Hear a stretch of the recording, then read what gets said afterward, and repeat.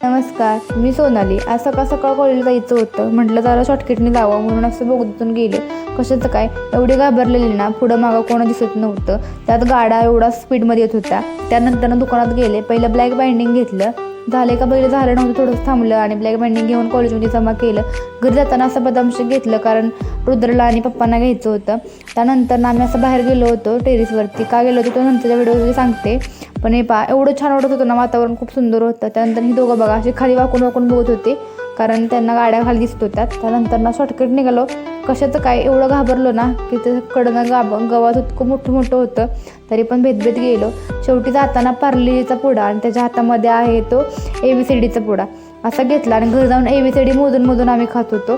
त्याच्यानंतर असं वहिनींना कामावरून घेऊन आले आणि आज आईचा बड्डे होता. त्याच्यामुळं आईचं सेलिब्रेशन केलं. पहिल्यांदा आईचा बड्डे आहे पण आमचं पिल्लूच एवढं उड्या मारत होतं ना, असं वाटत होतं त्याचाच बड्डे.